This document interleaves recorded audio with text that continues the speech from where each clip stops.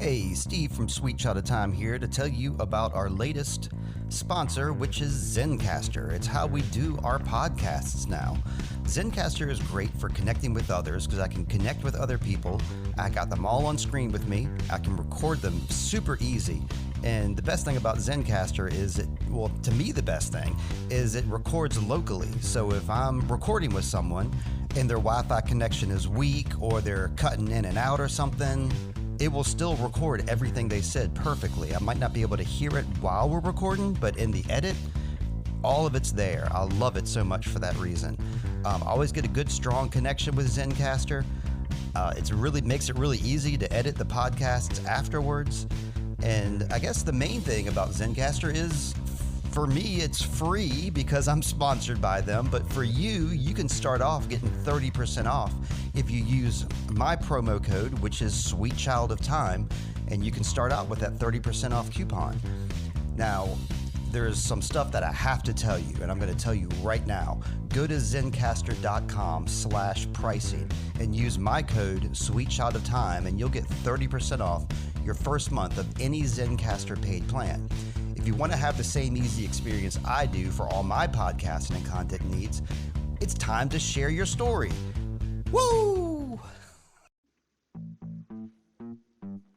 Hello there, and welcome to Sweet Child of Time. I'm your host, Steve Barnes, and today on Sweet Child of Time, we're a bunch of sweet children. We decided to watch Jesus Christ Superstar this week. I did that with two of my children here. One of them is from one of my stories, and you've been hearing her a lot on this podcast. It's Lindsey Dunn. Ahoy there, Lindsey. Ahoy there, Steve. I feel like I should be singing everything that I say, but I will resist that temptation because it comes across weird on the microphone. But I'm here for some Andrew Lloyd Webber and Tim Rice magic. Yes. Yeah, I had to promise Heather that I wouldn't break into song for any of this as well, because I'm really into musicals, and I'm really into this particular musical. So I swear I will not break out into song at any time. I'm actually no promises. But speaking of songs, I'm going to bring in our next guy. Okay, and let me bring in my next sweetie. You know him from the 1899 podcasts. You know him from being the Void Master. He's the leader of that band. It's Nate Dunn. Ahoy there, Nate. Ahoy, Steve. Nate's. You sound like you already have some kind of problem. What's up, Nate? We'll get into it. Oh, you're still reveling from the wonderment that is the movie that we watched this week. Ooh, reveling is a word that I definitely don't know if I would use. Okay. Well, where do we go from there then? I'll start this off by saying that Lindsey and I are a few years older than Nate, and Lindsey and I have already seen Jesus Christ Superstar in our lives, and I think this is Nate's first viewing of Jesus Christ Superstar. Is that correct? Correct. Mm-hmm. Let's all recall though, before you go further, that Nate said, "Can we please watch Jesus Christ Superstar?" Because I've never seen it. So you threw out several suggestions and even said you can pick the first movie if you want, Nate. And Nate said, "No, let's please do it. Let's do Jesus Christ Superstar. I really, really, really, really, really want to watch that movie." Maybe there weren't quite that many reallys in there, but he affirmed this choice, Steve. So he asked for it. I did. I mean, he's a really giving person. He did 1899 with me and didn't really enjoy that. He did Under the Skin with us. He didn't really enjoy that. Doing Jesus Christ Superstar. We'll see how he likes this one. He's taking it like a champ. I took it like something. I guess I first want to get into why I chose this movie. I didn't choose it to torture anyone. I chose this movie because I unabashedly love this movie. I have a heavy bias towards this movie. Within the first 7 minutes, I'll just tell you right now, I had to pause this movie and turn to Heather as I was getting emotional and like I was tearing up. And I was like, is this really corny or is this super moving to you? She was like, I think it might be kind of corny.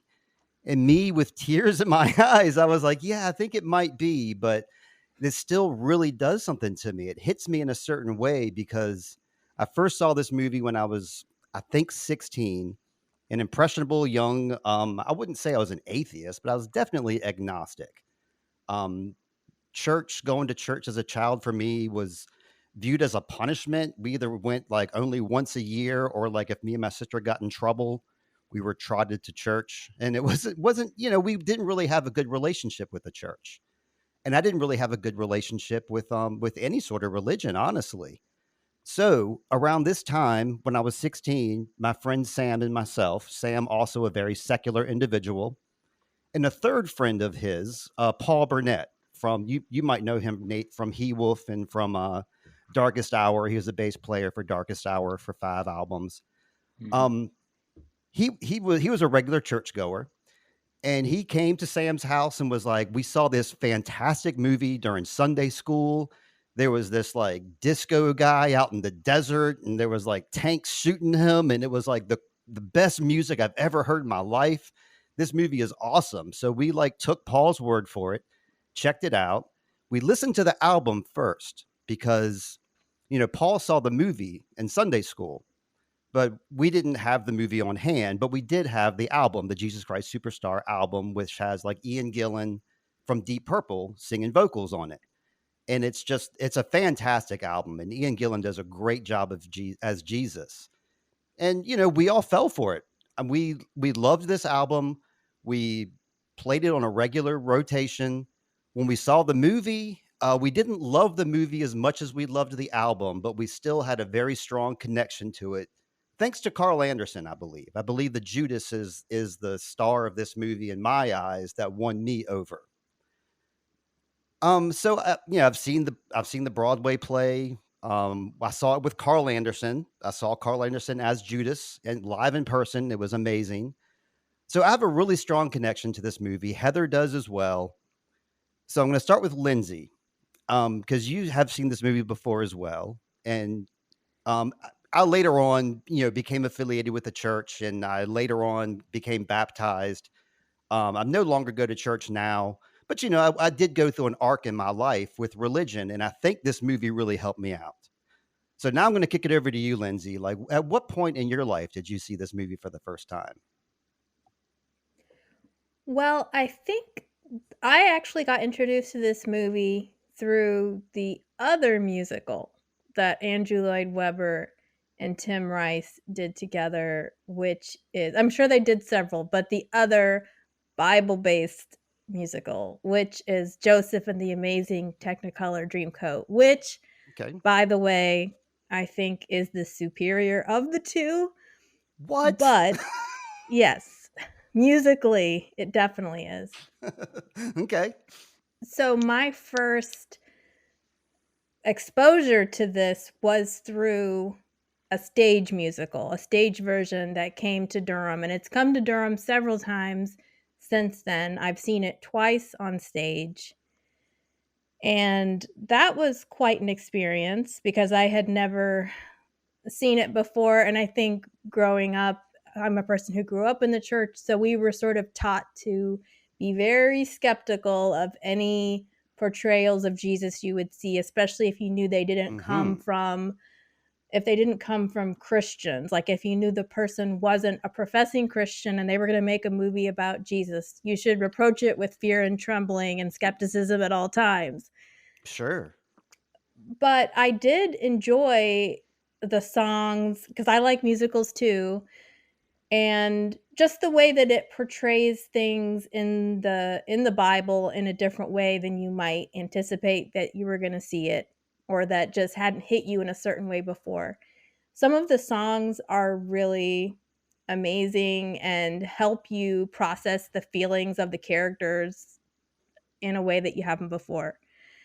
I then saw the movie, and I'll agree, like the movie is good, but it's not, I don't find the talent in the movie. Some of the talent is the same, but Mm-hmm. I don't think, like the Jesus, for instance, which is a pretty big character, I don't like his portrayal of Jesus as much as in the Broadway album that you're referencing, and Oh, agreed. other performances I've seen.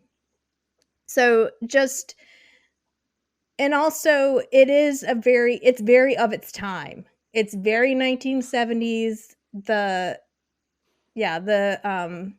imagery is anachronistic, but it is very 1970s. So it's a lot to process when you're watching it. But still, I really like Andrew Lloyd Webber. I like musicals, so I enjoyed the experience. This time watching it, I saw Jesus Christ Superstar on stage probably a couple years ago, the last time. Again last year. A man that is in my small group at church asked if anybody had seen the movie before and wanted to get a group together to watch it. So we did that, and that actually kicked off me leading a movie group at church, which was Oh really yeah, that's cool. cool. So I kind of have, it's a movie that's definitely been in my life a lot.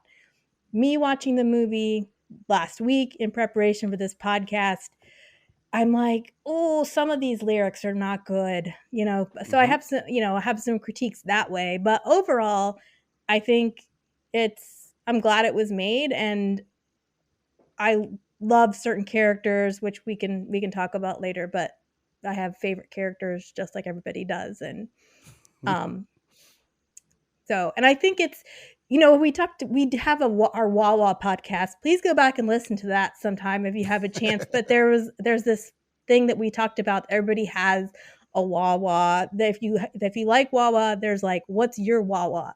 And that's why I was sending, I found that video of Alice Cooper performing. It's like everybody with Jesus Christ Superstar has their favorite Jesus and their favorite Judas and their favorite Pilate.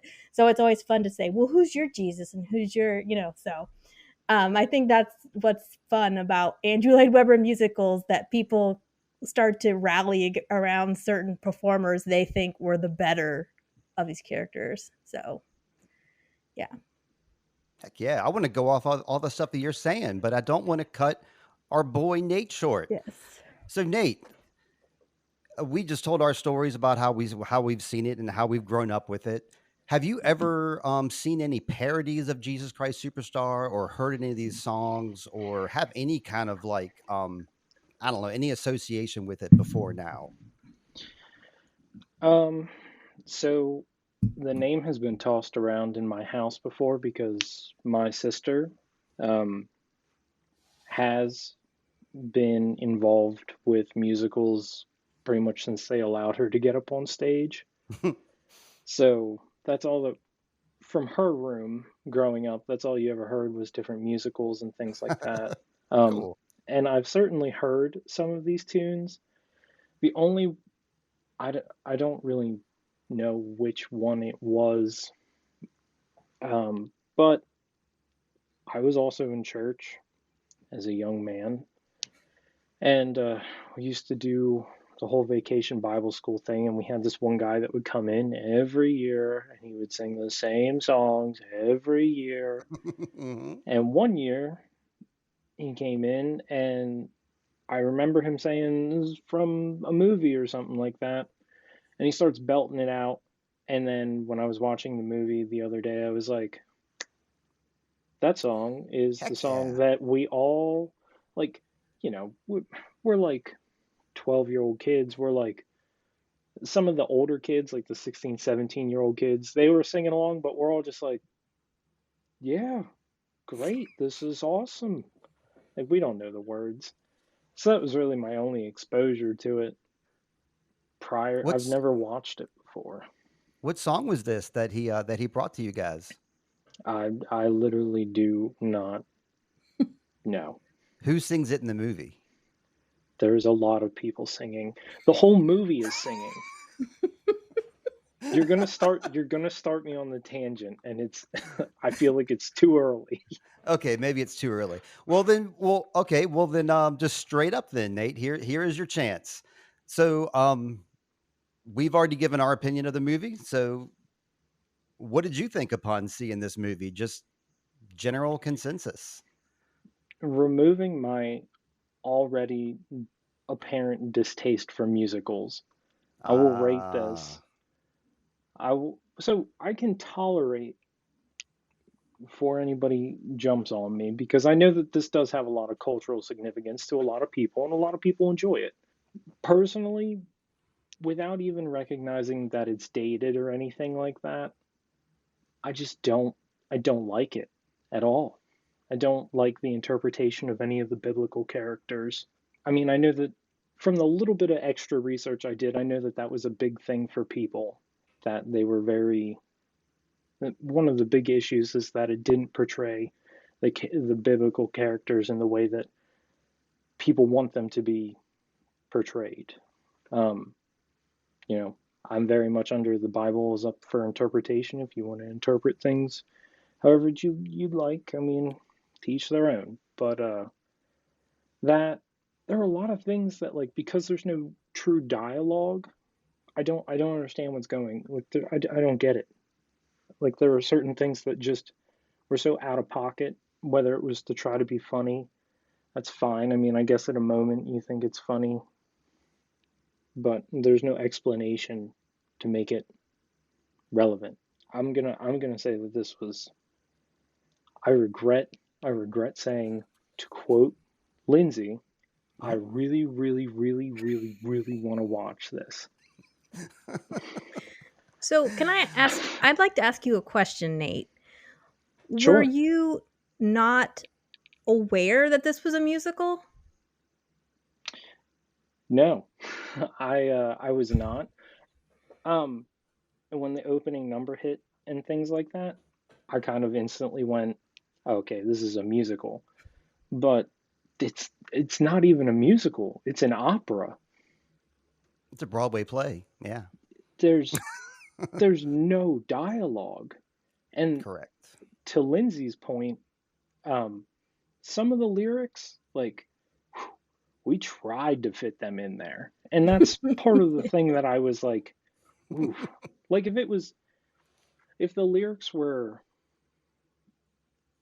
I don't want to say super well written, because there are parts that I didn't write any notes on what was a well written part, but there were some parts that I was like, oh, okay, like, I'll give it to you, like, that was kind of clever. But there's a lot of parts between characters that they're conversing. No one can see the air quotes conversing. um, that it would have been much better if they would have just made a dialogue and not tried to cram some kind of melody into it. Well, I will correct you. There is the part where Judas started yelling at Mary, and then Simon goes, "Hey, man, cool it." So there was some dialogue right there. And then at the very end, Jesus says, "Father, Jesus, into your hands I commend my spirit." And that's yeah, dialogue as well. So I just need to correct you that there is a little bit of dialogue in there. Not much, but there's some. I will accept that. I got to accept your opinion here, because like I said, I really have rose-colored glasses on with this movie. It's hard, like as soon as I saw it happening, that's why I paused it after 7 minutes in, because I was like seeing that opening scene and like how much it meant to me when I first saw it. And like for me, it was magical. I'm like swept into their world, their little hippie world, and I'm watching all the characters come out. And then I see Judas run off and do his thing. And then he starts his powerful song. And like I'm just lost in the lyrics. I'm lost in the message. And like I said, I had to pause it and be like, I really think I'm really heavily biased towards this. And my wife and myself we were worried about you, Nate. I was like, this might not be as great as I remember it being. I don't know where to go from there, because you say you hated it, and I can't blame you. Like, you don't like musicals. Like, I don't necessarily like, certain genres of movies either. So like if I was presented with one, I would immediately be like, oh, it's one of these. Great. I got to sit through this now. So yeah, I can appreciate that. And I can appreciate that. Yes. We were pointing out some of like the very 70s inspired lyrics to some of these passages that got thrown in there, and they don't stand the test of time too well. I would argue though that like 80% of the lyrics do stand the test of time. That's just my argument as a very biased person, I guess you would say. Well, I think, like, for me, I don't like when you force in rhymes, but then I have to think, well, they were trying to fit in a Bible story into lyrics, so you have to give them, like, they had limitations, and sometimes that has risks to it. But I do Right. think I feel, but then at the same time, I'm like, but this is lyrics by Tim Rice. He's supposed to be a lyrical genius. He And is. so, but I think, like, certain songs that I think are pretty brilliant, the Gethsemane song, where Jesus is praying in the garden. I think that song, the lyrics are really good. I also mentioned I have a favorite character, so that would be Pilate. So I like most all of his songs and think they're well rendered.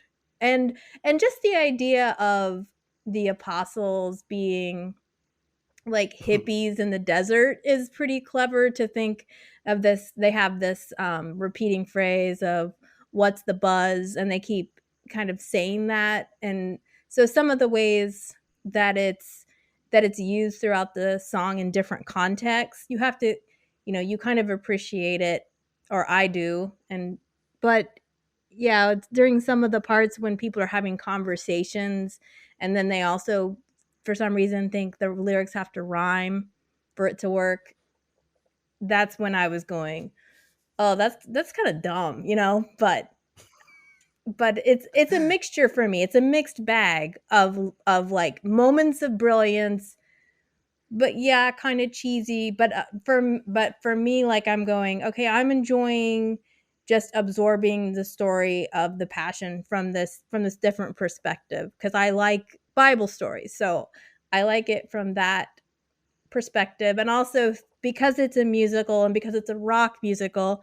Now, it didn't work for Nate, but I think for a lot of people it's going to be watched by somebody maybe who wouldn't normally go to church. And I like the fact that you can watch it with somebody and be like, well, what did you get out of it?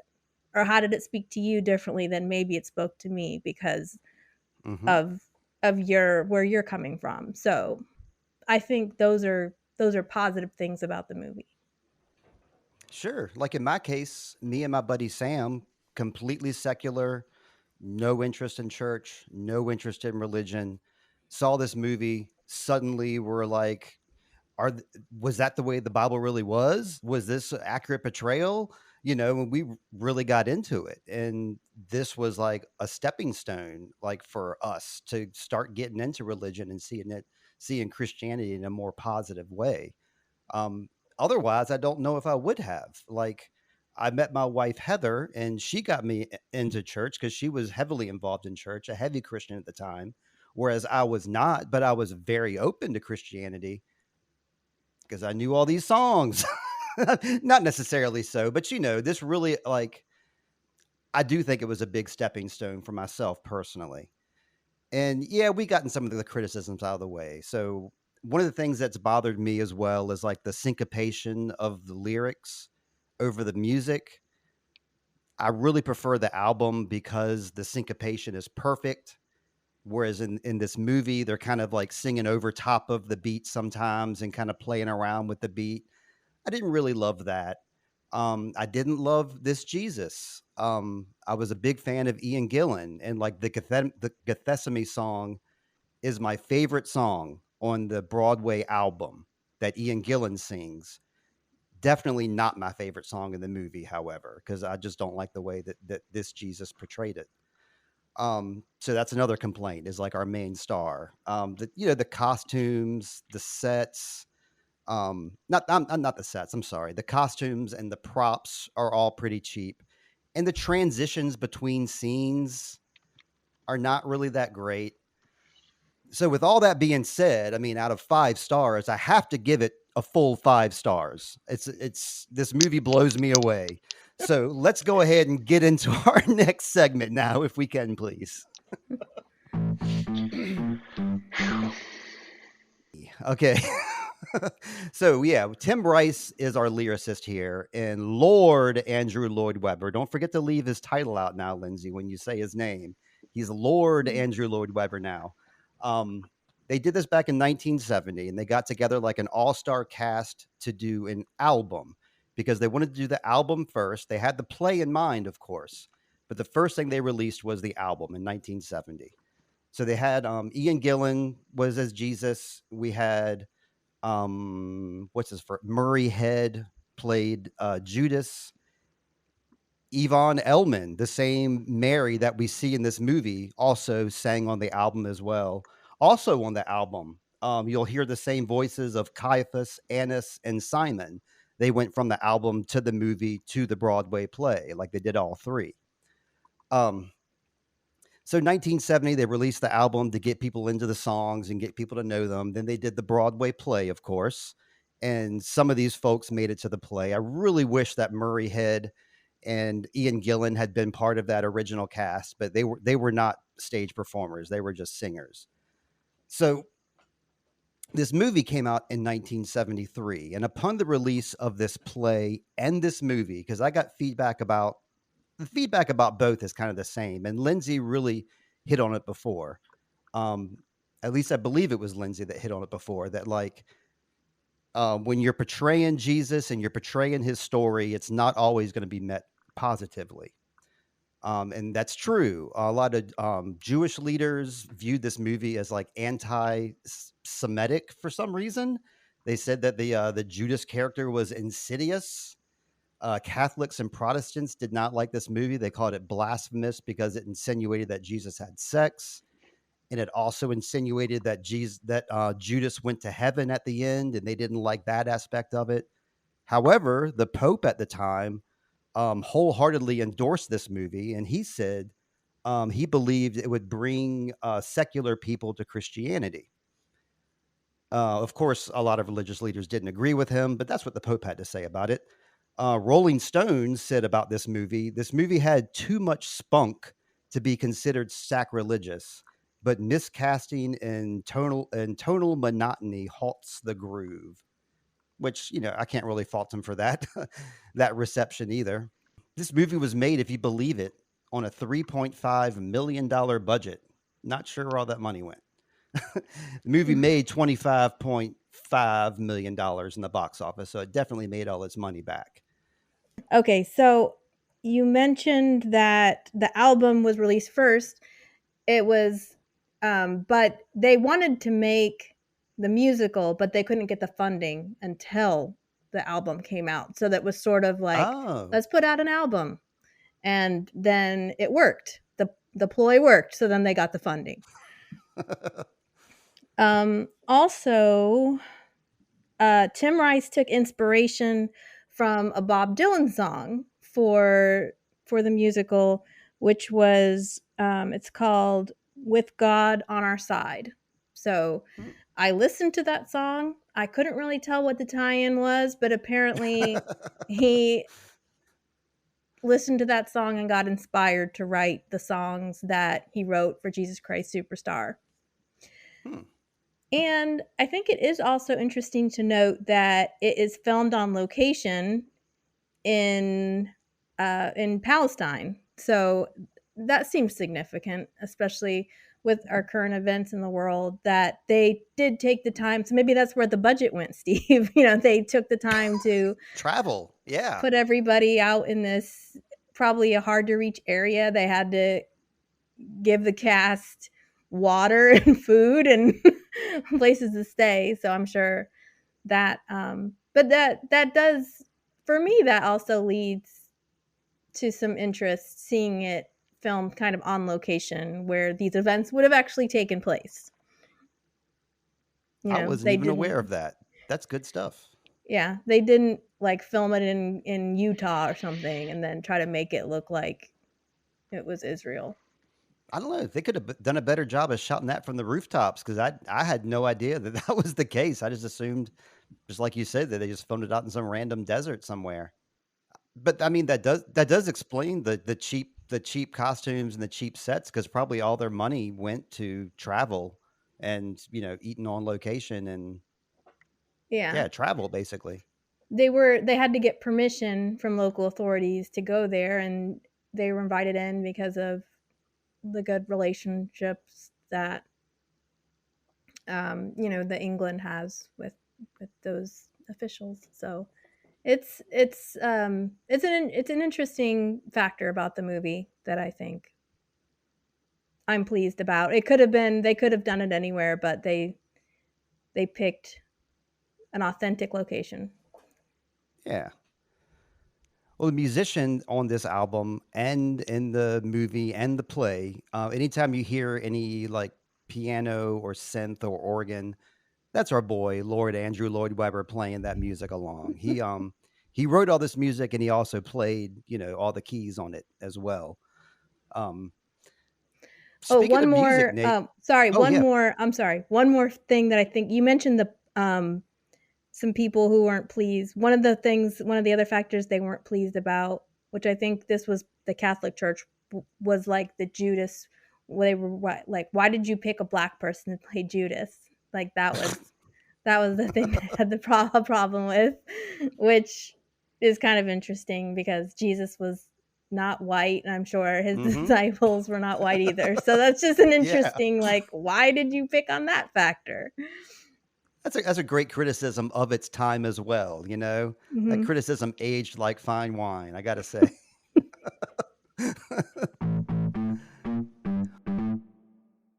Well, we didn't even talk about the plot here. The plot basically centers around Judas, how he's unhappy with Jesus's rising popularity, and how he believes that people are putting Jesus above his message. And very contemporary, I suppose you would call it at the time. Um, I guess one of the things I liked about it, first off, and I want to get into some observations and questions. And the observation I wanted to first make to the group is the fact that this is a play. You were saying, Nate, that it seems like an opera to you, and I just kind of butted in and was like, "What's a Broadway play?" It's basically what they did here is they presented the play on film, and they drove in with their van with all their props, and the first scene is them unloading all the props and getting dressed and getting into character. And then the last scene of the film is the exact opposite, where they're, packing everything up and leaving the set.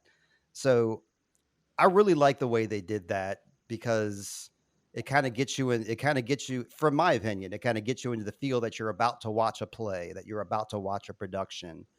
Um, and of course, the overture is like a typical overture that you would have for any classical music, where the main themes are presented within the overture, and then like as you watch the movie, those themes come back into play. So just the fact that we're watching a play on film, that's like my observation. And it seems like you didn't really dig that so much, Nate. You think they could have done better with actual sets and dialogue? The sets,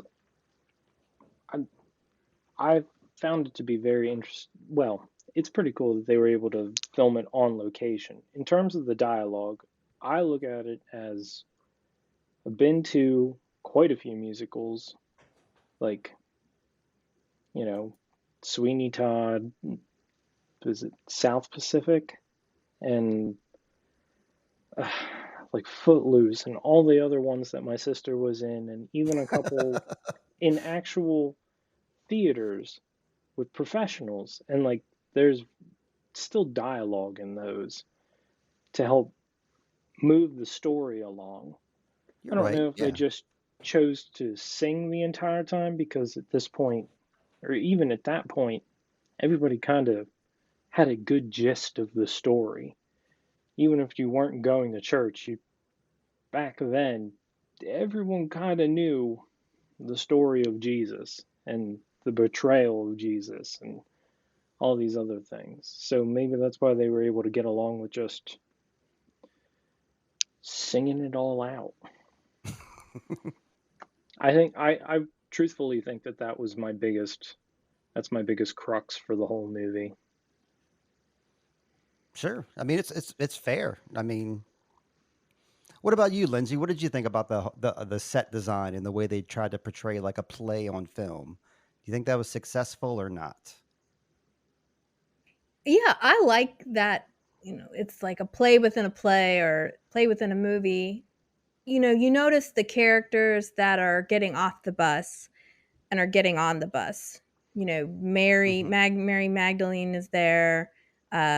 Judas character, you see Pilate.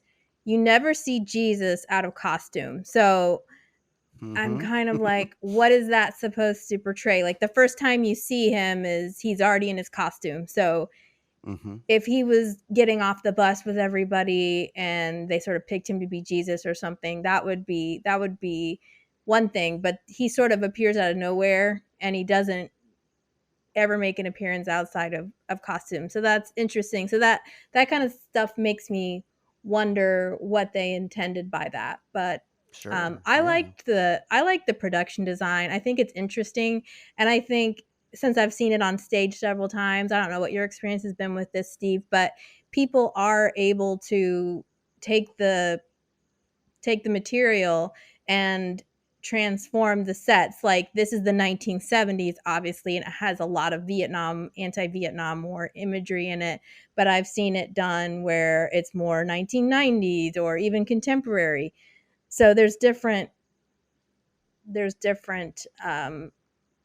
wallpaper you can put on this thing and have it transform and look a little bit, and it still works. The material still works no matter what decade you're setting it in. Now, I don't know if you could set it in anything before the 70s just because of how some of the lyrics and the song style. Right. But for me that works. I like the costumes. They're so wild. Like the Roman guards are just like these dudes in purple tank tops and camo Right. Camo pants pants. with their rifles, and then the like the Pharisees. I'm like, I don't know what you guys are supposed to be wearing, but it's kind of a blend of Jewish iconography and also rock costumes. So it's just interesting. Yeah, what were you gonna say, Steve? Oh, I was going to say that I think the Pharisees, Caiaphas and Annas, Heather pointed this out when because those poles that they all hang out on are like iconic. Every Mm-hmm. time I've seen the play, they've had like those same poles and they climb around on those poles. Um, she pointed out they kind of look like crows, like on a wire, like when you see like a bunch of blackbirds or a bunch of crows, kind of nesting around. I don't know. I thought that image sounded pretty sound to me. That they were just a bunch of like crows or ravens, like plotting out their Mm-hmm. murder revenge, like a murder of crows. Get it? Um, I don't know. That's kind of what it called to me. And yeah, Judas in his red, um, that bright red suit that he wears. I What you're saying about how you don't see Jesus out of his costume is interesting because at the end of the movie they leave and Jesus is not with them. The guy who plays Jesus, we Mm-hmm. should say his name. What is his name? Teddy Joe Neely. That's Yeah, Ted our Neely. scrawny redneck Jesus is what we have always called him. He's not with them when they leave.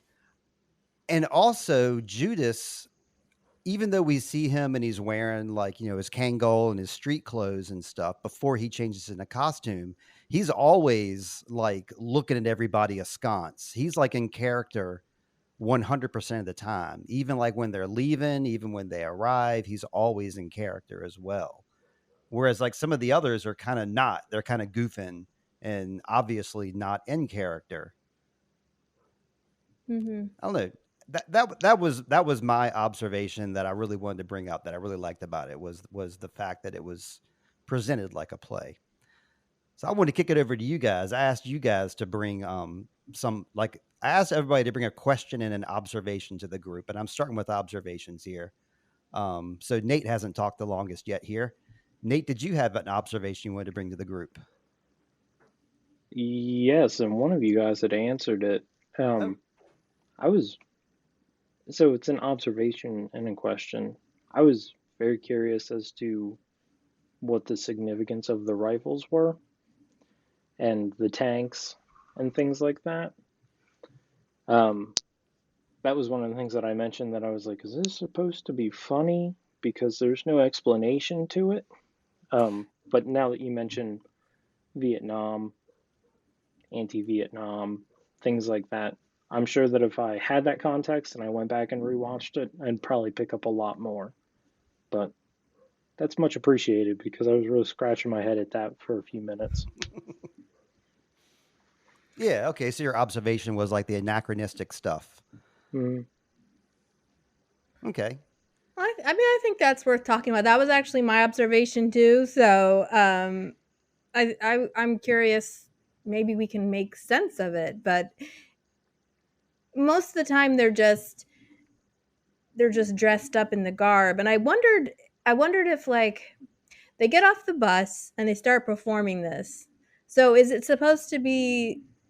But I think the guards are part of the character too in the context of this play. But I was like, are they supposed to represent just, in the culture with all the anti-Vietnam War sentiment, there were people, they were looked upon as oppressors, and so in the Roman times that was the same too. But it is interesting when there's the one segment which has already been referenced where Judas kind of runs out in the middle of the desert and the tanks face him and then he runs from the tanks.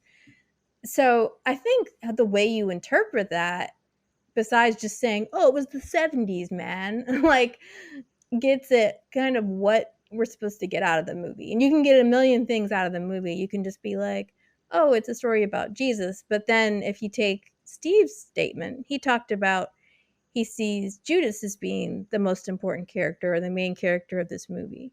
And so I think one thing that kind of gets forgotten when you talk about the biblical times and what was going on when Jesus showed up is everybody was waiting for the Messiah.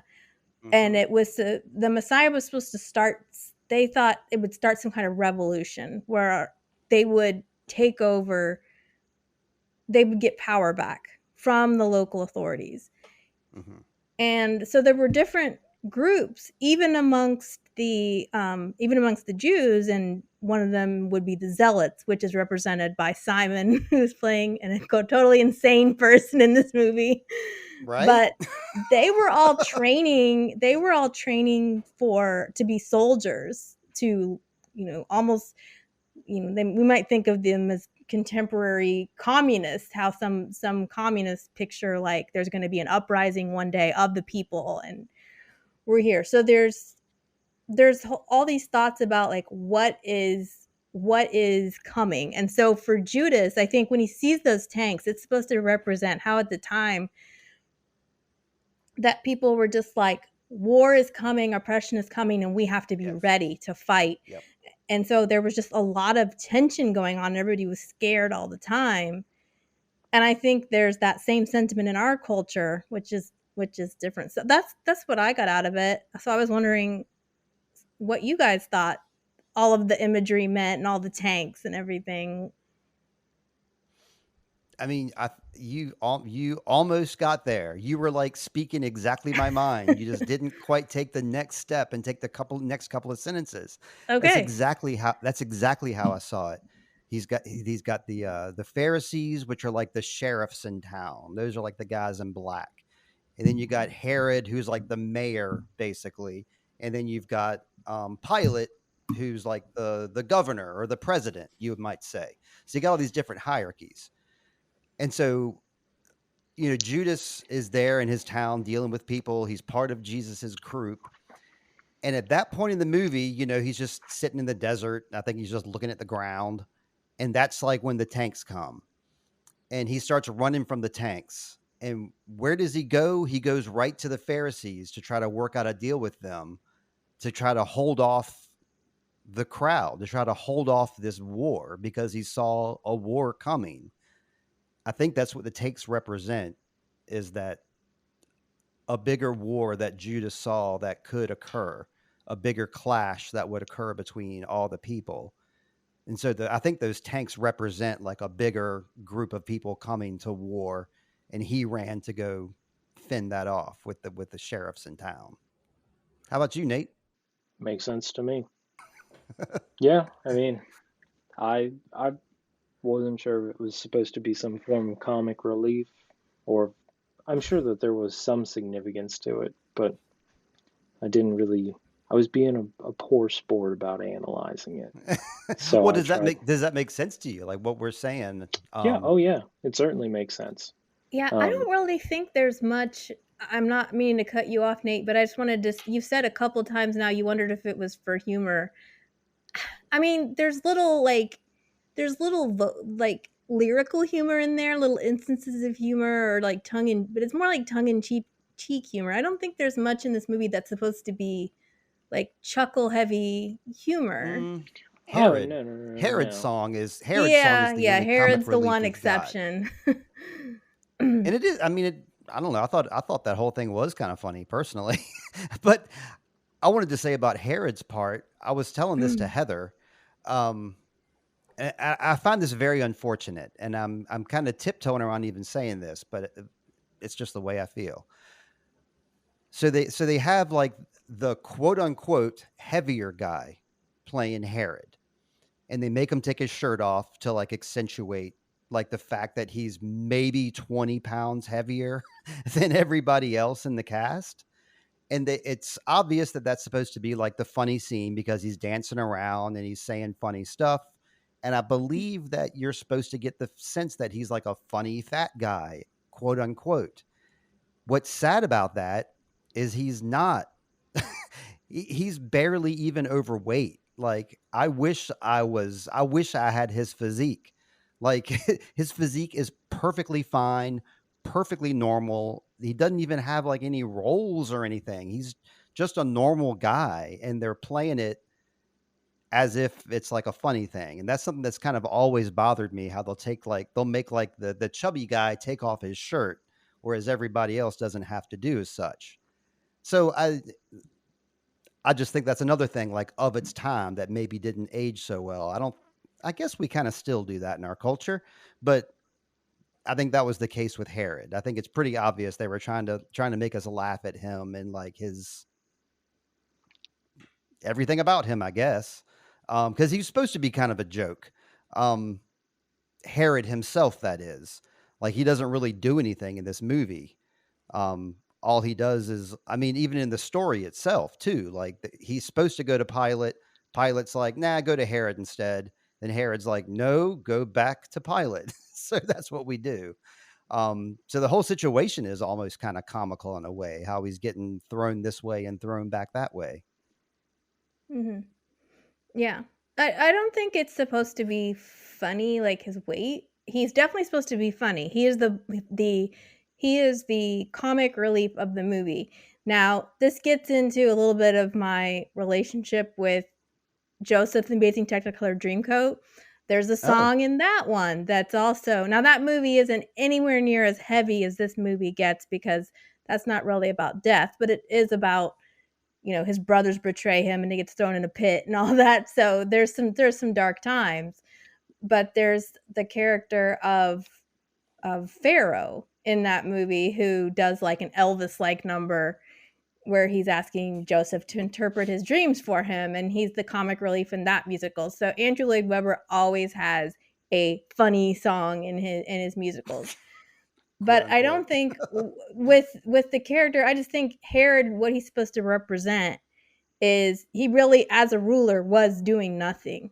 He was supposed to represent, if you notice, the people that were around him were all he was basically a hedonist, like eat, drink, and be merry, for tomorrow we die. So he was just all Right. about pleasure and enjoyment. And so he thinks Jesus is going to be his entertainment for the evening. So if he's supposed to be comic relief, I don't think it has anything to do with his weight because, like you said, Steve, that he wasn't even close to being fat. But Right. he is just supposed to be a joke of a ruler. But I didn't get that they were making fun of him for being a chubby guy or anything. Maybe this is my own personal take from it, I Yeah. suppose. But hey, let's move on to some questions. Lindsay, did you bring any questions for me and Nate pertaining to this movie? Because I know I have three, but I want to give you guys a chance to go first. Well, Nate, did you want to ask a question first? I can ask first. That's fine. Yeah. How with a rating of G were we able to show a man hanging himself, which by far is the best part of the movie? I didn't even know what it was rated. It's rated G. He's right. While watching it, I see him climbing up in the tree, and I was like, "Is this what I think it's gonna be?" And then when he does it, I was like, "Oh, how did we get away with this one?" I agree. Especially in 1973, right? 73 or Yes. 72? 73. 73. Mm-hmm. I was, and I just didn't take the time to look at like when were we allowed to show something like suicide on the screen, especially that blatant? And how did we Yes. get away with the G rating? I have no idea. Because you're right. The suicide is a big deal. Um, it should if it came out now today, that scene alone would make it a PG-13 movie. I believe it's G only because they probably rallied for it to be a G movie so they could show it to kids at church. Like, Like is it that's something? Oh, I'm sorry. no, no. I was pretty much finished. What you got? Is it something that you can claim like religious significance or something like that and kind of get it passed along? Like, I know that there's a certain point where people have to go, you can't really do that. Like, it wasn't gory or anything. It's just, you know, it's a tragic thing. So, I was just, that was my observation of how did we get away with this in 1973. Got to defer to you, Lindsay. That's a What, great what do you got to bring to question. this? I'd have Yeah, to it really Google it, is. guys. But if I start doing that, well, I could mute my computer while I do that. I think that's a great question. I wonder if it has something to do with if you put it in the shadow or not. But it wasn't, was it? It wasn't like it was No. shadowed or because I've It was seen it pretty done cut and before on dry. stage where they just show a silhouette Hmm. and not a person. So, but yeah. They did a great job with that filming too. It looked great. Like stylistically on film. I mean, they did a great job with that one.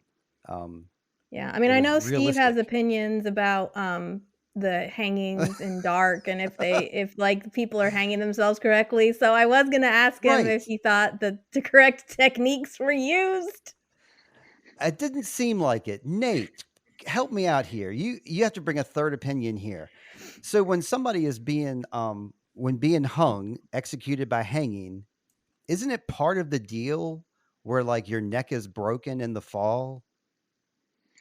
I mean, for the most humane way, yeah, that's the way it should be done. It should be you drop down and the neck snaps and everything's finished. But Otherwise, you're just sitting there choking for 5 minutes, right? yeah, pretty much. I was also going to get that tree branch definitely didn't look thick enough to hold a full-grown man. So I was He's like, really skinny. He's like 110 pounds, maybe. He's skinny. that's a tree in the desert. I can't assume that thing is you know, Healthy. yeah.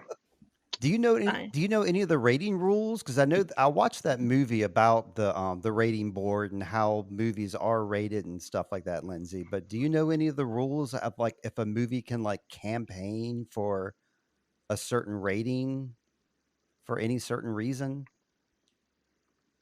Yeah, I mean, I don't. I really don't know the law on this. I'm really sad about that now, but I think maybe in in certain you probably do have to apply for your movie to be one or another if you have an Hmm. opinion, and in 1973, I'm not sure how many ratings they had.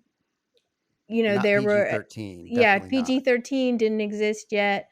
Maybe R didn't exist yet. Oh, it did. It did, definitely. At that time, it was like it was G, PG, R, X. There was no triple X. There was no PG 13. It was just those four. Mm-hmm. So that's interesting that it is. I mean, I thought the same thing. I wrote it down here at the very top, Nate. This movie is rated G, but I haven't read that yet. So I'm glad you brought that observation to us because it's a wild one. But then again, we teach children the Bible. There's no age limit on the Bible. I give it a pass, Nate. I give this movie a pass. It's fine for a G. Oh yeah, I mean, I Yeah, wasn't. I Steve's think. eyes. I mean, it says they.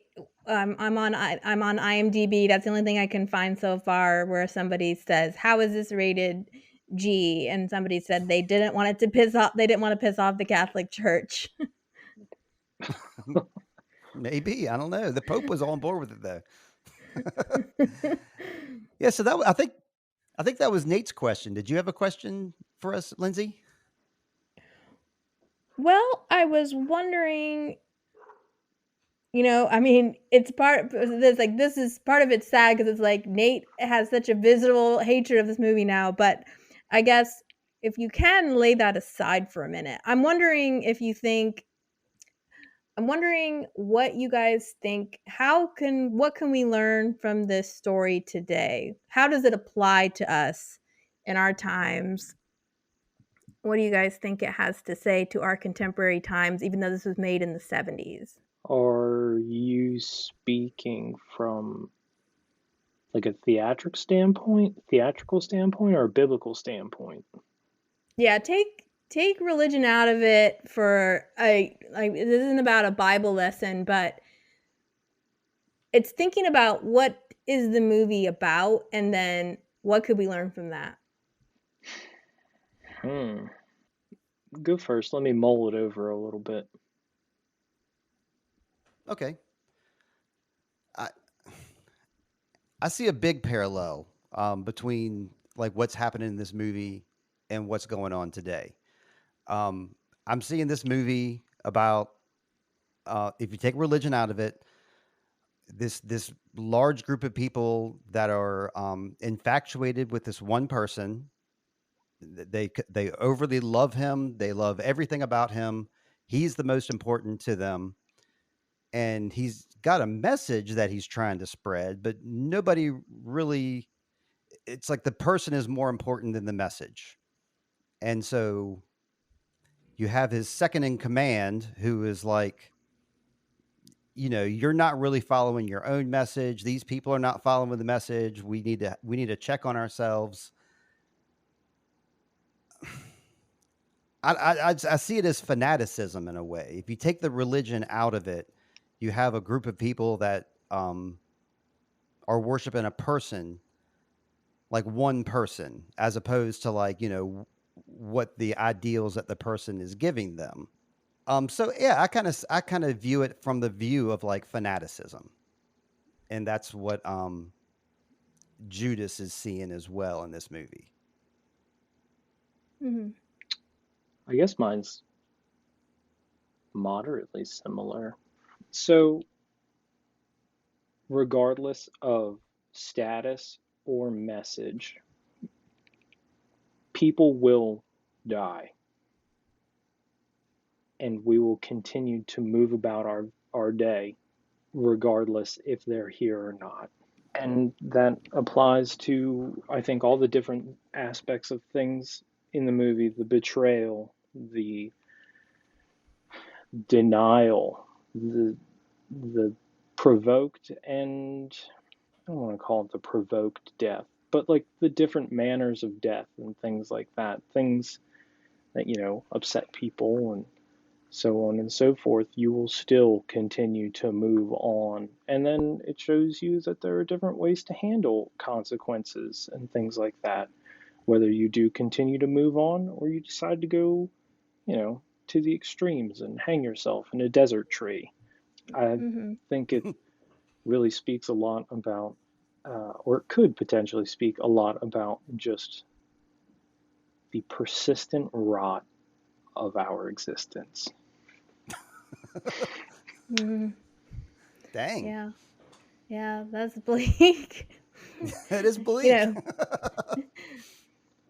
I can tell you guys what I think about it. I like both Yeah, of your answers. I like both of your answers, but It's interesting because one of the questions that I was thinking about asking is like, do you feel like this is happening now or with anybody? And the first person I thought of was Donald Trump. Same. Exactly. And, That's what I was alluding to. I was just thinking how, and there was that whole joke even when he was going into, even though I hate to give him any more attention than he's already had, but when he first announced he was running, there was that wild video that made it sound like the whole thing was a joke and he never expected to get elected, and you hear Donald Trump crying like, I wanted to stop, like, how did it get this far? It wasn't supposed to get this far. I was supposed to be voted off the island a long time ago. But you have this kind of rise of movement. You show how you said the word fanaticism. I was going to say celebritydom or just fame in general. How somebody can rise and it becomes a movement and then it takes on a life of its own. And so then we have all these people that don't even really know Jesus that well, but they think they do. And so they're excited about following him, but do they actually understand what he stands for or what following him stands for? And then when it comes time, when it's like, oh, he's stepped in it too far, he's crossed too far, so now we're going to kill him, everybody runs away, and how quickly somebody can lose fame and everybody turns against you. And then I also thought about how the rise of information and misinformation, and how this movie was made even before social media, but I feel like it relates so much to how things start in social media and how you get followers, and then some things will turn on a dime and all of a sudden you're canceled, and it just you become just a pig for the slaughter. And that's what happens to Jesus in this movie. But I also liked what you said, Nate, about kind of consequences and just thinking how everybody has to take responsibility of the consequences of their decision in this movie. And you see all the different ways people have of handling consequences. So we have who just decides he can't handle the consequences and his feelings, and so he like chooses to kill himself or end his life. Then you have someone like Pilate who says, okay, I'm going to do this, but I wash my hands of it, and he makes a public announcement. We have like Peter, denial, and then there's Mary, who's loyal to the bitter end and grieves and does things in a little bit more responsible way. So we kind of get to see how these different people handle pressure and things falling apart around them. And I just think this movie sort of forces you to say, okay, when things get tough, like, have you really counted the cost of what you said you're going to do? And how will you handle it if things go bad? Will you stay true to the bitter end? Or will you take one of these other exits, which they're all human? It's not, it's not just to judge each one, but as you see it, you have to kind of ask yourself, okay, which one of these people would I be? Or which one of these kind of, when you decide that you're going to start on a cause, how far have you thought through that project? That so often we don't do that. Yeah, when you said the thing about consequences too, Nate, it threw me back to as well, because it made me think about the same individuals that Lindsey just named there. Peter, Mary, Pilate, Judas, and how the four of them all had such different endings when it came to this. I had a few questions I wanted to ask you guys, but I think in fairness of time, I'm just gonna go for this one here, if I may. Which I think is a very interesting question, and I'll answer it last, I suppose. And Nate, I'll start with you. How are we feeling about Judas? Do you think that he in the movie he's portrayed as going to heaven because he has on the white and he's like looking down at Jesus when he dies. Um, a lot of theology says the exact opposite. That that Judas had never repented. That he killed himself. That he betrayed Christ. That he's in hell. What's your opinion on that, Nate? Well, I think it would be awfully hypocritical of God to send him down to hell, much less anybody else. He forgives everybody, and he says that he loves everybody. I always kind of hell's for the angels that said, we don't like it up here with the cotton candy cane forests and stuff. Obviously, that's me just trying to be funny, but or maybe reframe the question. Do you think that he died in peace, or do you think he's still in turmoil? Well, I mean, he hung himself, so I don't know how peaceful that really was. But Right. and I mean, and then that's where you have to go. You have to look at all the other contexts and things like that. Like suicide is obviously very frowned upon. So does that, and he blasphemed against God. So I mean, in Inferno by Dante Alighieri, he's in what is it, the second to last circle, because the last circle is Satan himself. Okay. So my final vote is that Judas. I think Judas is hanging up there. He's up in heaven, but I don't think he has as nice an apartment as everybody else does. Okay. See, he's on the basement floor of heaven. Right. I mean, if I had to equate it to like Philadelphia terms, I kind of think he's in like North Philly. Like there are some okay spots, but it's like it can be a little rough. Judas is in North Philly in Nate's mind. Okay. Judas is in North Philly. Lindsay, where do you think Judas is? North Philly? South Philly? I don't like this question at all. You don't have to answer it. It's we're just talking here. You can say next. But I'm just curious. I like the question, what do you think about Judas, like his character and his choices, but like asking me like theologically if I think he's in heaven or hell.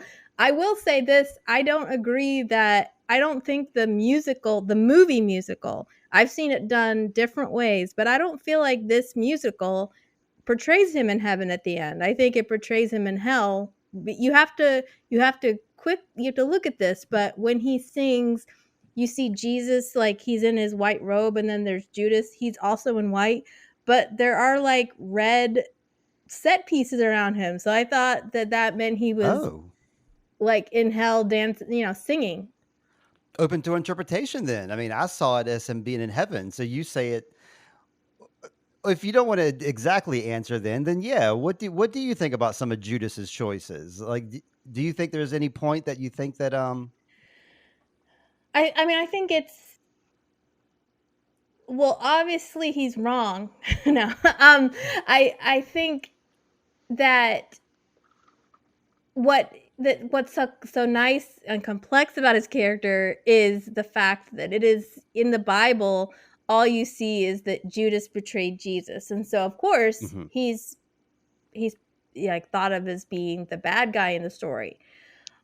But the musical shows more of the pressures that he was under and his emotional affect. And then there is the fact that it, there's lines in there where he says that it was Jesus's idea, and in a way, and there's parts of the Bible that kind of talk about how that Judas got an idea, but that it's almost like supplied by a third person. So it is almost the same way that it in the Bible says that God hardened Pharaoh's heart. Does that mean that this isn't a different story in the Egyptians that they were asked, Moses asked, let my people go, and God hardened Pharaoh's heart. And then the plague started because of Pharaoh's hardened heart. But it's like, well, whose fault was it then? Was it God's fault or was it Pharaoh's heart? So the musical makes it seem like Judas is just a pawn in the story, just the same way as we see other, like he was placed in it was just someone had to do it. Someone had to betray Jesus. So it might as well have been him, that kind of thing. So his story is a very sad story. But do I agree with his decisions? I think he's very relatable, but I can't say that like, oh yeah, he was right or he was wrong. He was a human doing like the best he could. He thought he was doing the right thing in that situation, that if he somehow, we could be led to believe that he thought if Jesus got arrested, then he would be forced to reveal himself and show his power. And then, so maybe that was what his true intent was. Did he really mean for Jesus to die? There's so many ways you can see it. So do I look down on Judas? No. But I have mixed feelings about, I used to have more cut and dry feelings about suicide, but then it happened to somebody that I care about. So now I have more complex feelings about it. So that's why I feel uncomfortable answering the question. Okay, sure. That makes sense. I understand. Nate raised his hand at one point while you were talking. I think he wants to be called on. What did you have a comment about, Nate? I don't think we would have Christianity without Judas. Fair point. Do you want to expand on that? Sure. So Judas went and was a little goo goo gaga baby tattletale and went and said, Take that back. He said, hey guys, I'll tell you where Jesus is hiding out, but you have to give me 30 shekels. And they were like, dude, we'll give you 35 shekels. So Judas said, he's over there. Go down on the Dollar General, turn left, he's at Sheetz. Like, that's what Judas said. And the soldiers were like, all right, we'll hop in our Uber, we'll go down, we'll get ourselves an MTO, we'll pick him up. Let's go. So if Judas didn't say, hey man, he's down at the Dollar General or whatever, the Roman soldiers could have just been meandering around. And there's one line from the musical, and you hear it in the Bible, about false prophets.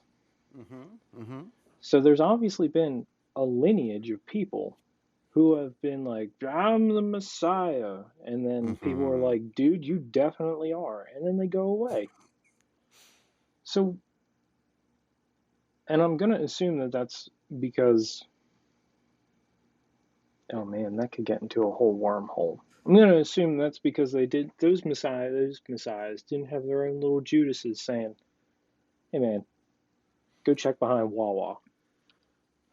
Right.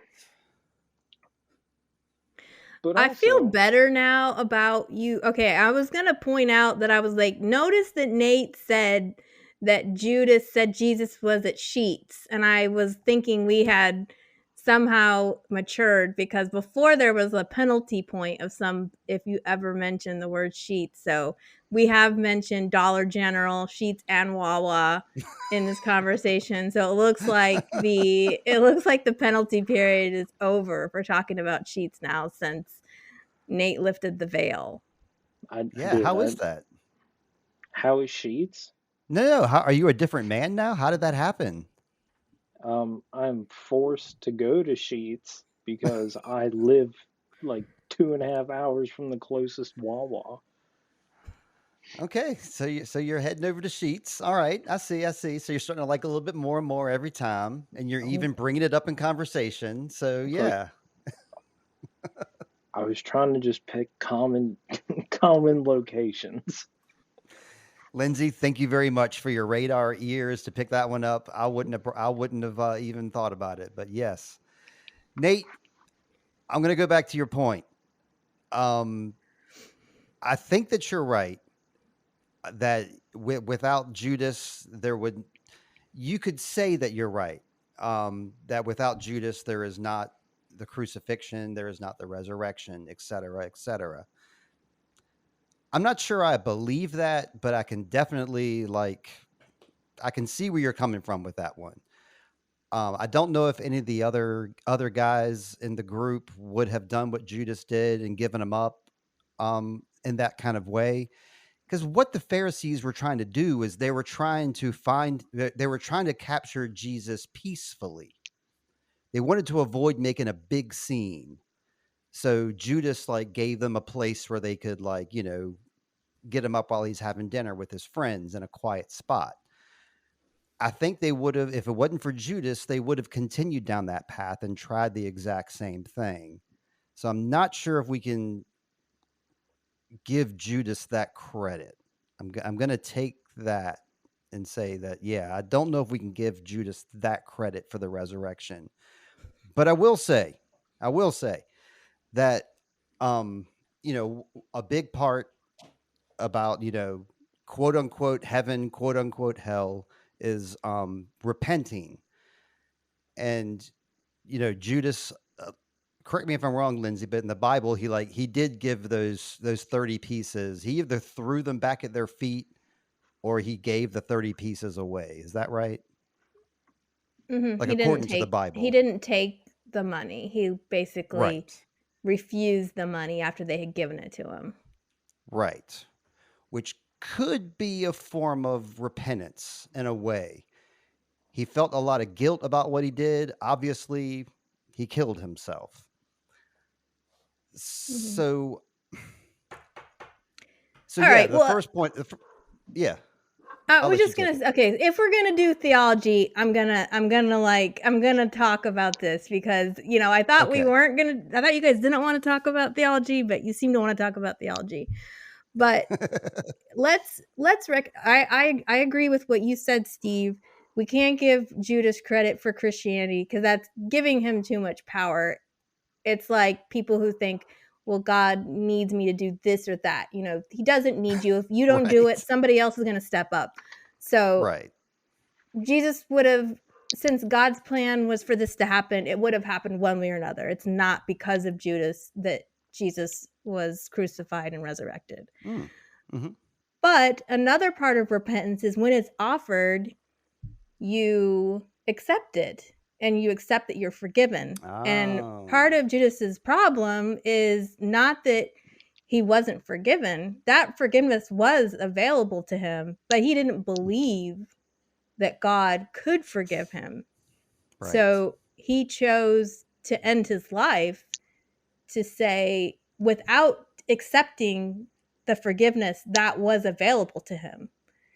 And I just think that's an important factor we need to acknowledge here, is that it's not just a matter of were you forgiven or not. Part of when you're given forgiveness, you have to be willing to accept the forgiveness. See, the way I always saw it, I always assumed in theology that Judas went to hell. So in the movie, to see him go to heaven, that always surprised me. And it, kind of changed my perception a little bit. Didn't change my opinion, but it did change my perception because of that portrayal of that. So I don't know if they did the whole dancing around in white thing with the red background to kind of make it ambiguous in that way. If they did, that was smart. That was very smart because it led to this question.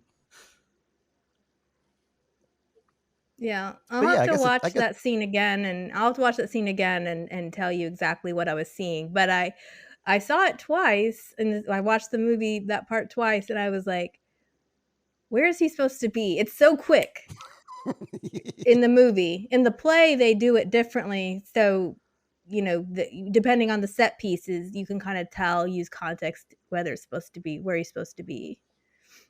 Yeah. One last thing I'll say about Judas before we move on is personally, I found that like one of the most moving parts of the movie is when he's done his whole thing, he's done the 30 pieces, he's given Jesus up. And then he breaks into Mary's song. He starts singing that song that Mary sings, I don't know how to love him. And so he starts singing that for Jesus, asking if like Jesus notices him and if Jesus loves him back and things like this. I've always thought that was like one of the most powerful key parts of the movie. And I don't know if I really that I think it's one of the reasons I like this movie too, is because I always kind of thought of Judas. He's the bad guy. And this movie kind of makes you look at him in a different way, especially that key moment for me. It made me look at him differently, where he was, singing his love directly to Jesus instead of like this whole time he's criticizing him and, talking about what should be going on. But in this moment, he's just like, I love you. And, it's a big moment. I like it. Yeah, I was going to ask you more about that. I mean, maybe you feel like we don't have enough time, but you mentioned when you were writing me notes, you mentioned that you broke down in tears several times, and I was going to ask you what parts really move you in the movie. If we have time, I'd love to hear that, or I can hear about that off mic if you think our time is running short. Well, I do. I have more to go into, but that is a very good question. I think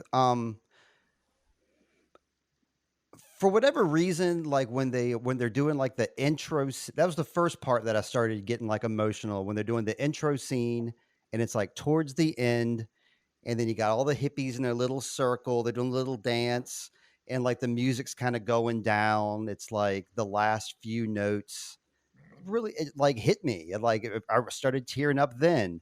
And then like when Judas, like, I was like, okay, this is cool. And then Judas, he starts singing. And I think right around when he got to like the second verse is when I started tearing up again. And at that point is when I was talking to Heather about it. So I was like kind of like, okay, this is cool. I can get through it. Um I think the next time was um during um Pilate's second part where he starts like screaming at Jesus. That really like got me. And there was even a part during Gethsemane, during the I only want to say if there is a way, that part. There was a part in there that our boy Teddy hit some good notes and hit some good emotions, and he got me during that song too. I mean, Ian Gillan always gets me, but Teddy got me just a little bit in that song. I love the pilot number too. I like that part because I feel like he's just looking for any excuse to let Jesus off the hook and not have to go through with it, because even though in the Bible it's actually his wife that has the dream and tells him like, you cannot kill this man. In the musical they make it out to be Pilate. So but I like how he's just looking for any excuse to not crucify Jesus, and the musical does a great job showing his torment around that situation. So yeah, I wanted to do a fun thing real quick here. Not real quick, real long here. This movie is this is its 51st year. Last year was the 50th anniversary. Um I saw it live during the 30th anniversary when they had Carl Anderson come out, and they did a faithful rendition of the movie at that time with Carl.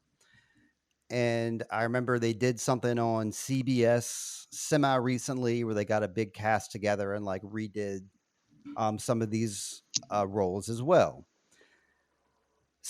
One of the first things that Sam and myself did, and Heather, did we lose Nate? There he is. Okay. Um, we recast this movie in our minds with who we thought would be these best roles. And I wanted to read y'all a couple of these, and I wanted to then ask the group if y'all had any ideas. So the first time Heather and I saw this movie was around 98, 99, maybe 2000. So you got to keep that in mind. Like that's the music of the time. It was a grunge era. So this was our casting of the I'll say the 2000 Jesus Christ Superstar. This is who we got. We got Chris Cornell from Soundgarden as Jesus. Of course, he's passed away now. We've got Lane Stanley from Alice in Chains. He's Judas. He's also passed away now, unfortunately. We've got Natalie Merchant. She's Mary. We've got Marilyn Manson. He's playing Caiaphas, the tall guy with a deep voice.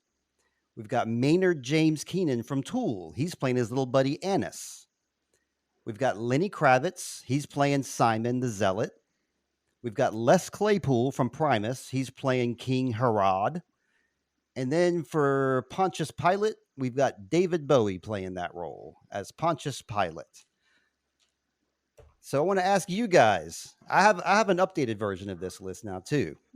But do you guys have any dream casts for any of these roles, or have you thought about anybody in these roles, or have seen anybody in these roles that you want to shout out now? I'll ask Lindsay first because she's more familiar with the film. I don't feel like I know enough rock musicians to do this exercise, but I do think it's interesting you cast David Bowie because he played Pilate in the Martin Scorsese Last Temptation of Christ. Oh, he actually that might be why we chose him then. Pilate, but it's not a musical. Right. Maybe you'd like that one better, Nate. I do like that movie. Oh, okay. Yeah, we have seen that movie too, but it's been a long time. But that probably is exactly why we chose David Bowie. Yeah, you mentioned, I think of the CBS version that you saw, they had Alice Cooper playing. Was he playing Herod or Pilate? Lindsay. That's interesting. I don't remember. I thought Nate would. I wasn't saying like I agreed with the casting. I just thought, oh, Nate will find this interesting because of who's playing it. But I don't remember what role he was playing. It might have been Judas.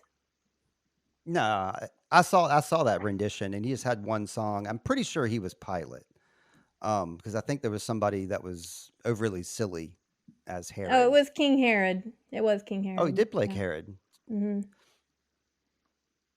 Do you see any musicians or actors that you could see in any of these roles, Nate? Oh, I sure do. Okay, who you got? All right, I definitely think Jesus should be played by Mr. Daniel DeVito himself. Okay. What? And I would love Judas to be Larry the Cable Guy. This is a wacky casting here. This is what we call the wacky cast. Danny DeVito. I mean, he would probably take the role very seriously and probably do like a faithful rendition, because that's the kind of person that he is. He could do it funny, but I think he could do it real. He's a talented guy. He is a talented guy. No, I don't really know who would be a good Jesus. I mean, everyone says Keanu Reeves already kind of looks like Sure. like a Jesus rendition. I mean, I hate to say it, but I mean, a popular singer now that has the pipes, that could do it, that kind of has the look, but not really, would be Dave Grohl. He has the pipes to do it, I think. I don't know if he has the youthful energy anymore to do something like that, but I think, maybe in his earlier days he could do it. Now, Heather has recast some people. She has recasted Mary. She thinks Alanis Morissette would be a better Mary, which I kind of agree with her now. She suggested Childish Gambino to play the role of Simon the Zealot, which I'm a big fan of that, especially after listening to like his Redbone album. I can definitely see him being Simon. We've got Jason Momoa as Caiaphas, the tall guy with the deep voice. and then his little buddy Annis would be played by Adrian Brody. That was our last night casting of those two guys. But y'all don't have any dream casts for me, I guess. Who have you seen have you seen anybody like when you've seen the play, Lindsay? Has there been like any actors I notable think that the you've seen guy who portraying was them? in the last time that I saw it on like there was a YouTube channel during the pandemic. There was this channel, The Shows Must Go On, and I think it still exists. But they showed once a week on Sunday nights. They picked a different Broadway musical and they showed it for free on this YouTube channel. And there was, I think his name was Tim Mashal, played Okay. the character of Judas. He was okay. I don't know. My friends watched it with me and they were like, "Oh, he's not as good as this other person." I'm really bad with names. I'm sorry. But That's okay. I don't remember if I looked on YouTube and watched a bunch of versions, I can tell you which one I thought was best. But I like somebody who can really, with I know with the Jesus role, you got to be able to hit those high notes really good. Right. And I Ian guess Gillan was perfect, in my opinion. We always had wished that he had gone on and been in the movie just for his voice. I mean, the Broadway musical from 1970 featuring him, I think, is far superior than anything else I've ever heard, any other Jesus I've heard. And Judas, it's kind of hard to say because I really prefer Murray Head's version on the album too. But then this guy, Carl Anderson, just looking at him and like his intensity and like the way he takes this role to another level. I mean, I don't know. He's got a lot of power behind him. And when we saw him in 2002, the dude must have been, I don't know, 60, 70 years old. He looked just as youthful. He was just as energetic. He was just as like emphatic as he was in this movie. It was like he was nailing it. And he was here in Richmond, Virginia. It wasn't like he was playing on Broadway. He was playing some third market city and he was nailing it. I mean, it was some good stuff. Some good stuff. Maybe Axl Rose could play Jesus. I don't know about Judas. I mean, he's got the voice for it, for sure. The voice, yeah. I didn't think. I know you love Ian Gillan's version, but I thought he didn't take full advantage of his Gethsemane song during during the times when you're really supposed to break it down. You're supposed to really, like he just didn't take advantage of that. I don't know. Okay, I hear you, but I get chills when I hear him sing that song. That's like my song. I love it. Like if I were to do karaoke, I don't know if I would do Gethsemane or Heaven on Their Minds. I would do one of those songs if I were to do karaoke. Absolutely. Guys, I also have a quiz. I don't know if y'all feel compelled to do a Jesus Christ Superstar lyric quiz and guess I want to. I've been looking forward to the quiz. I want to do the quiz, but like if Nate wants to opt out, I'll quiz all by myself. I will guarantee you that I will get a goose egg, a big old goose egg on it. Well, how about this? I'm gonna ask. We'll give Nate a chance to answer first. Okay. Okay. I'll ask the question, and you won't answer. We'll let Nate answer first. And Nate, using just the power of elimination and just using context clues, you might be able to get some of these because we only got like 10 characters that it could be. Jesus, Judas, Caiaphas, who's the tall guy with the deep voice, and Annas, who's like Caiaphas' little buddy. He's got the higher pitch voice. Then we got Herod, the funny guy. Then we got Pilate, the one who did the execution. We've got Peter, who denies him. We've got Mary, his bae. Who else we got? That's pretty much it. It's gonna be one of those Simon. people. Did you already say Simon the Zealot? Simon the Zealot, the crazy guy who started speaking in tongues at one point. All right. So, Nate, who said this? Nazareth, your famous son, should have stayed a great unknown. Oh, I have no idea. Not even going to guess. Lindsay, take it away. I think that one was Judas. Absolutely Judas. Yes. That's right. Okay, Nate. I see you looking at the computer now. You got a cheat sheet in front of you? I just want to make sure that I have a list of character names. Yes, that's what I was going to suggest. You have the names written down here. Okay, this next character said, there must be over 50,000 screaming love and more at you. Is that King Herod? It's not. Lindsay, who do you think it is? I think that one is Simon the Zealot. That is Simon. That's our boy. 50,000. Nate, how about this?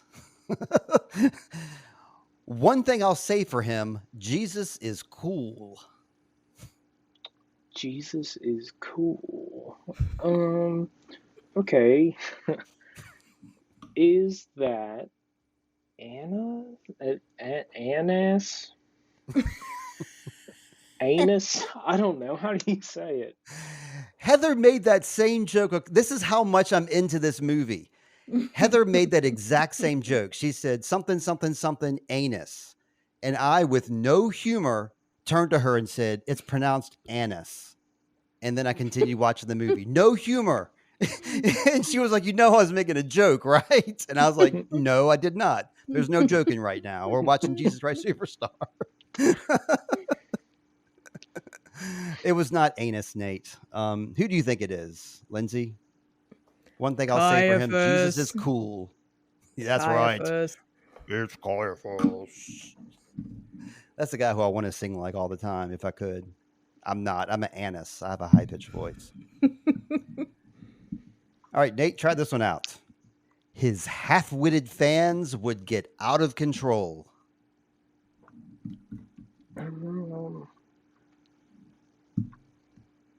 Is that Judas? That was... Oh, I can't say who it is. Lindsay, who do you think it is? Annas. It is Annas. Oh my God. Like we said last time, I'm so sorry. So far, we got 3-3. Oh, wait, that goes to Lindsay. I just gave you a point, Nate. I don't know why I did that. It's 4-0. You were right about the goose egg so far. You can get this one, though. The crowd will crown him king, which the Romans will ban. And yeah, he sang that line. That's right. The crowd crown him king, which the Romans will ban. Is it Peter? It is not. It's one of the bad guys. Oh, Lindsay, who do you think it is? You think it's one of the bad guys? Well, I think I'm probably wrong. I'm going to say Judas. It is Caiaphas because he sings in that low-pitched voice of his, which I won't try to imitate. Okay. It was Caiaphas. But how about this one? I saw thousands of millions of men crying for this man. Thousands of millions of men crying for this man. Who said that, Nate? Is it Mary Magdalene? It is not. You said it earlier, Lindsay. Who said that? Pilate. It was Pilate. Actually, it was Pilate's wife, but in this movie, it was Pilate.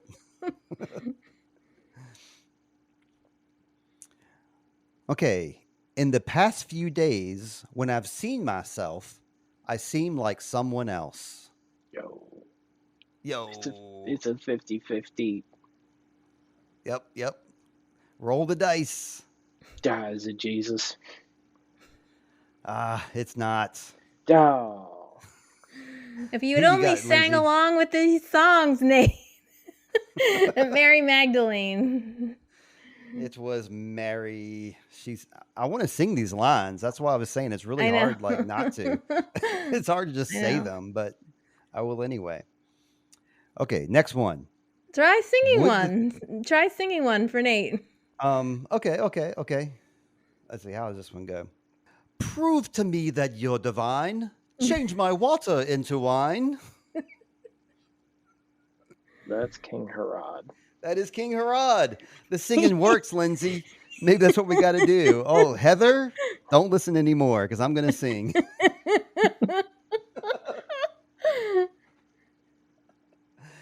Okay, who said this line? I have to know, my Lord. Well, you didn't sing it in a super deep voice. So, is it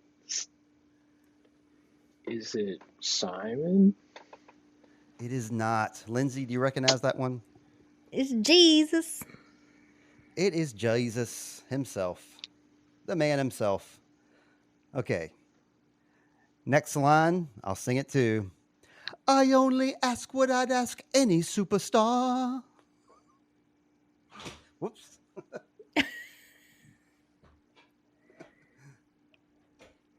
I only ask what I'd ask any superstar. Steve's relishing this now. He's like, I'm going all out. Is that Pontius Pilate? Take it, Lindsay. It's Herod. It is Herod. Can I go back and sing the lines that I didn't sing before? I'm not going to do that. Okay.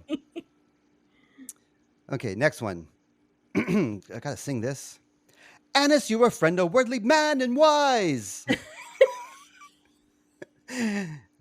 Annas, you're a friend, a worldly man and wise.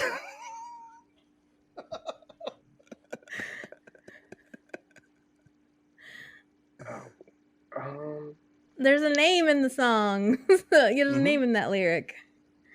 Yeah. This person is talking to Annas. Yes.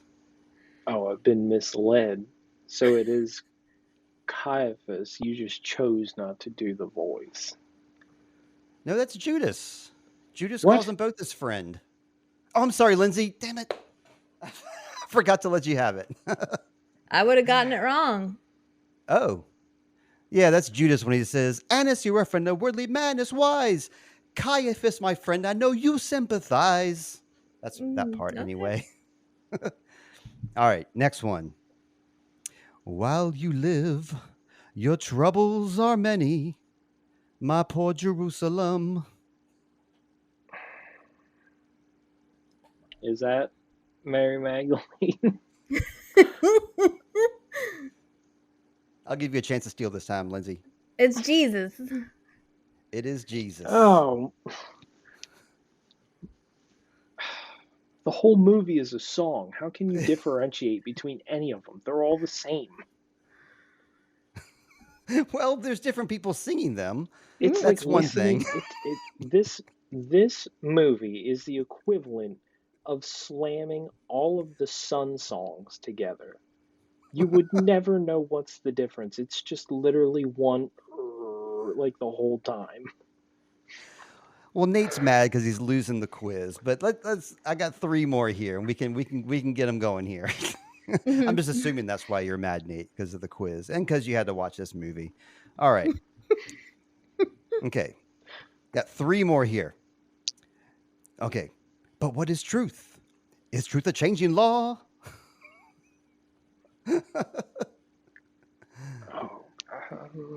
I think the key word there is law. But what is truth? Is truth a changing law? Is that Pilate? That is Pilate. Hell yeah. Nate got one fair and square. All right. Next up, Nate, you got this one too. You've even gone a bit too far to get the message home.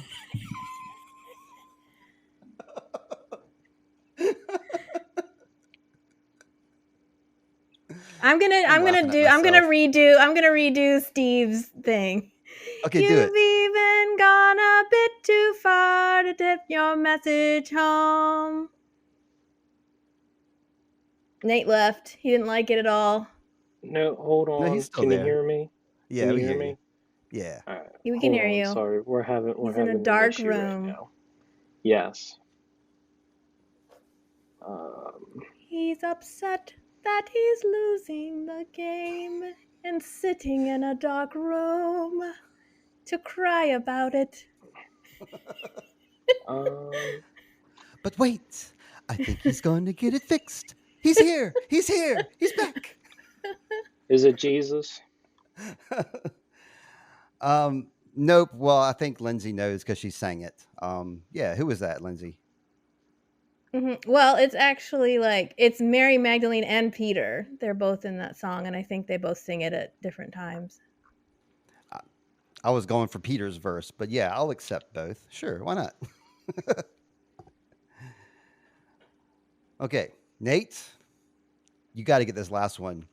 You say you're the son of God and all your handouts. Well, is it true? I don't know quite how to get the syncopation right, but he says, you say you're the son of God and all your handouts. Well, is it true? Is that Herod? I was trying to give you a hint with the voice there. You didn't get it. Do you know who it is, Lindsay? Caiaphas. It's Caiaphas.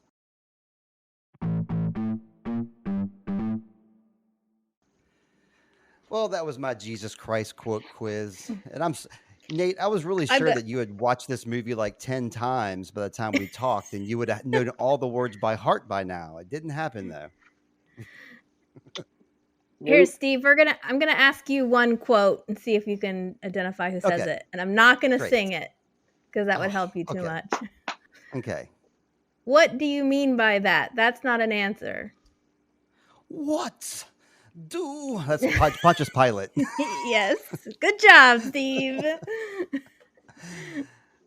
I'm way too into this movie. It's obvious. So yeah, I guess I'll wrap up here with an apology to Nate. I didn't realize that this would come across the way it did, dated, a musical. Hello, puppy. Every time we get Nate, we get a dog in the room too. So what a cutie pie. So, which one is this? Is this Sadie? Sophie, and this is Diesel. Sophie and Diesel. Why do I keep saying Sadie? I don't know. Is it just my own fault? I feel like you called her something different last time too. Well, as long as it starts with an S, then I'll always be in the right place. But Diesel, got to get that one right. Diesel. So yeah, we're gonna do some more of these music movies. We're not gonna do any more musicals because we know that Nate is not into musicals, so we will not make him do that anymore. But Nate, what is it? What is a music movie that you think you should bring me and Lindsay to bring a discussion for? What do you choose? I have a couple that I'm tossing around right now. I'm tossing around a clock opera, the Doomstar Requiem by Metalocalypse. Yes. I'm tossing around the ever so classic School of Rock, right, featuring our good friend Jack Black, and I'm also kind of considering The Wall, Pink Floyd's The Wall. Okay. Not you took the other one out of the running then, eh? What was the other one? Lords of Chaos. Oh yes, Lords of Chaos. I personally would not want to be subjected to this movie again. So I will not subject you guys to Lords of Chaos. I'm sure you've already watched it, Steve, but Lindsay doesn't need to see that nonsense. All right. Well, I mean, Kieran Culkin was awesome in it, I gotta say. I mean, I didn't think it was a terrible movie. But yeah, Nate laid out 3 good movies for us there. There's the Doomstar, which is the clock opera, which is a pretty short. It's like maybe like an hour-long animated feature from Adult Swim, featuring the band Metalocalypse. And there's Pink Floyd's The Wall, the seminal The Wall. And what was I forget the third one already, Nate. School of Rock with our boy Jack Black. Do any of those strike a note with you, Lindsay, or have you seen any of those movies? I mean, I don't feel like I have any voice in this matter because Nate has been such a champ. I'm gonna watch whatever. There was only one movie I said no to in the original chat, but I think that one was tossed off. It was some kind of I don't remember what it was, but I think that one was eliminated. There was one movie you suggested early on, but I don't think that was in your list. As long as I can find the movie to watch. Since he's watched like 2 movies I've suggested now that he's hated. That's what I'm thinking too. I'm thinking we definitely got to do Nate's. So yeah, I like those suggestions. I've seen not that I don't like 2 out of 3 of them already, and it has been a long time since I've seen The Wall. So that would be interesting. I own School of Rock. I love that movie. So I wouldn't mind doing that, of course. I've never heard of the third one. So as long as I can find it somewhere. Yeah, it's available on YouTube. I've watched it on YouTube with Caleb. Yeah, I'm trying to think what I prefer out of those 3. Because, yeah, I've seen The Wall many times when I was young. And I've kind of grown out of favor with it with time. But I would like to go back and recheck it out. Wouldn't be a bad idea. School of Rock, wonderful movie. I'm not sure I want a podcast about it. The clock opera, that really is piquing my interest. Just because I'm curious what Lindsey's opinion of that would be without having seen, just like, with you having never seen Jesus Christ Superstar before. Lindsey is probably, have you ever seen the show Metalocalypse, Lindsey? Are you familiar with the band Death Clock, the animated band from Adult Swim? I have like one exposure to Metalocalypse, and it was a long time ago. I'm going to go out on a limb and say that Lindsey would probably dislike Metalocalypse as much as you disliked Jesus Christ Superstar. So, having said that, I think The Wall would have to be our winner here. Are you guys okay with that? I'm submitting to whatever Nate says. So, like, I'm giving him the power, and I think that's the right thing to do, Steve. It's not, I don't think it's up to us at all. Okay. Yeah, I can't disagree with that. Alrighty, then to all of our listeners, right? We don't, for the love of God, Steve, please tell me we don't have this as a video podcast, right? People can't see me as I'm making weird faces. Nobody can see us. Nobody's going to look at us. Please don't see us. So don't look us up. To all of our listeners, pay attention to the Instagrams. Tentatively, we will be doing The Wall, unless I come up with a significantly better idea. But I do enjoy The Wall. It is literally a trip. Yeah, I think it'd be a good pairing with this movie, as a matter of fact, because it's very open to interpretation, 100% musical, not a lot of dialogue in that movie either, is there? Yeah. That's true. Whoa. So sure. And Lindsey, you had some musical movies in mind as well. What movies were you thinking about bringing to the forefront? There's only ever been one movie for me that I want to watch with you guys, and that's Green Room. Right on. There's only been, I thought you had some other ones you were kicking around in your brain, but yeah, Green Room is a fantastic one. I almost kind of want to do that next, but I don't want to take anything away from Nate with The Wall. So we'll decide that as the time comes, but we'll definitely be doing both of those movies in the future. That sounds great. The Green Room and The Wall, unless Nate thinks of something better than The Wall. And we will let you know if Nate thinks of something better. Alrighty. Like a smaller wall. The fence.